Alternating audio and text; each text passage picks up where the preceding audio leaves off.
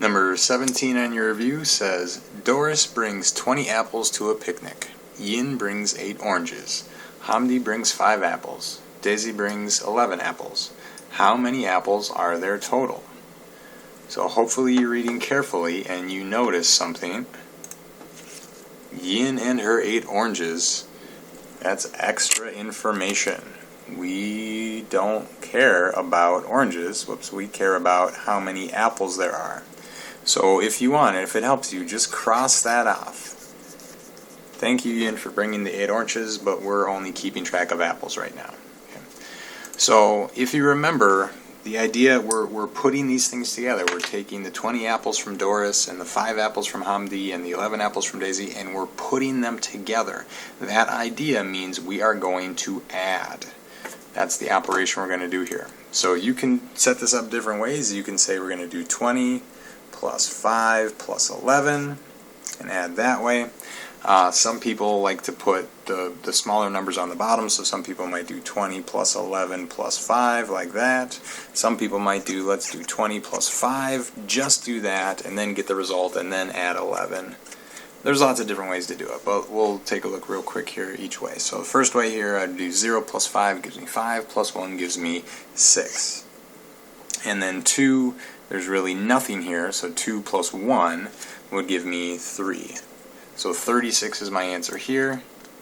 If I do it here, I would do 0 plus 1 gives me 1, plus 5 gives me 6, then 2 plus 1 plus nothing gives me 3, so again I get 36.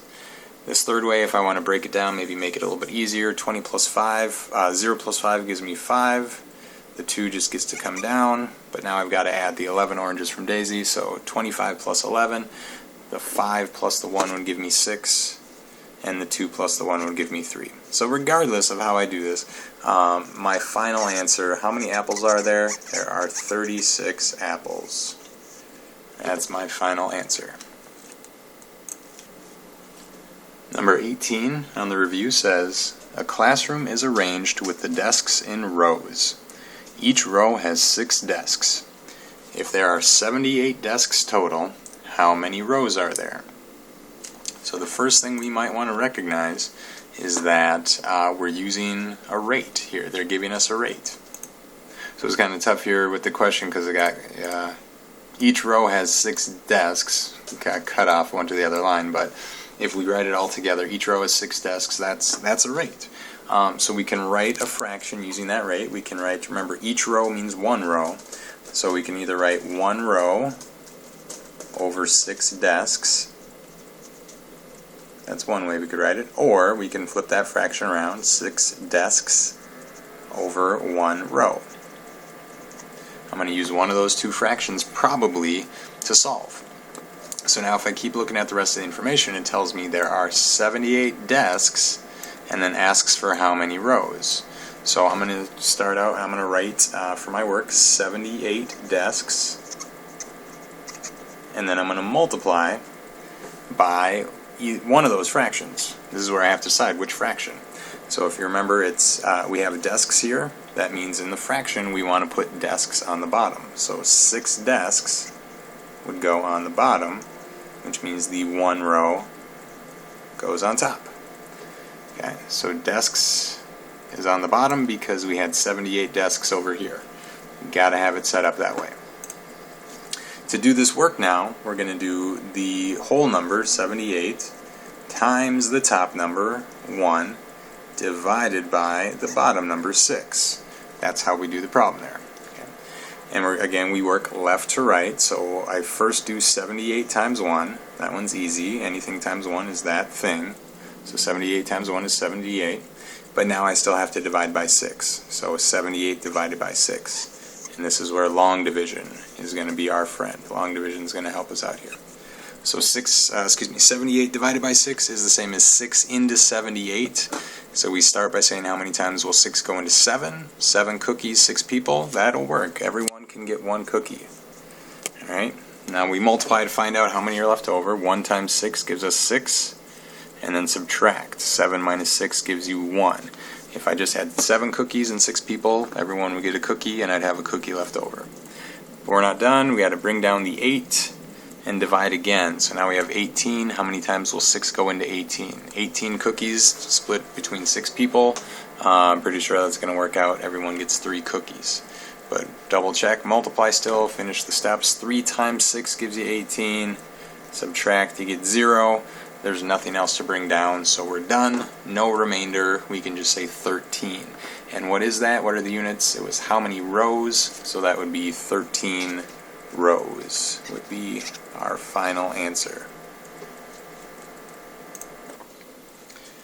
And our last question here on the review, number 19, says, Muhammad rides his bike at 14 miles per hour. Carlos drives his car at 30 miles per hour. How much faster is Carlos traveling? How much faster is Carlos traveling than Muhammad is? So this one is tricky. Got to be very careful here. If you are reading and you see the 14 miles per hour and the 30 miles per hour and you think those are rates, you are correct. Those are rates, and we could write those as fractions. But we actually don't want to here, because look closely at the question. The question says, how much faster is Carlos traveling? So they're not giving us a number of miles and saying, if it's this many miles, how many hours? Or if it's this many hours, how many miles? They're not giving that to us. They're saying how much faster. We're trying to compare Carlos and Muhammad's speeds, their rate of travel. So when it's a question like this, all we're going to do is we're going to subtract. So we've got Carlos is traveling at 30 miles per hour, and we're going to subtract the 14 miles per hour from Muhammad to see how much faster Carlos is traveling. So 0 take away 4, can't do that, gotta borrow. So the 0 becomes a 10 and the 3 becomes a 2. But now we can do that subtraction. So 10 minus 4 gives me 6. 2 minus 1 gives me 1. So we have 16 would be our answer. 16 miles per hour would be, miles per hour would be the units there. That would be our final answer. So again, just want to be careful on there. Even though they gave us rates, we didn't have to multiply or divide. We just had to subtract. We would know that we would have to multiply or divide if they said something like, how many hours will it take to go 50 miles? Or how many miles would you cover in 10 hours? A question like that says, okay, then we're going to use that rate as a fraction. But when the question is how much faster, they don't give us a number to use specifically. They don't give us miles or hours, just how much faster. It's that idea of separating. Separating Carlos's speed, or the extra speed, from Muhammad's speed. So separation is subtraction. That's what we're doing there.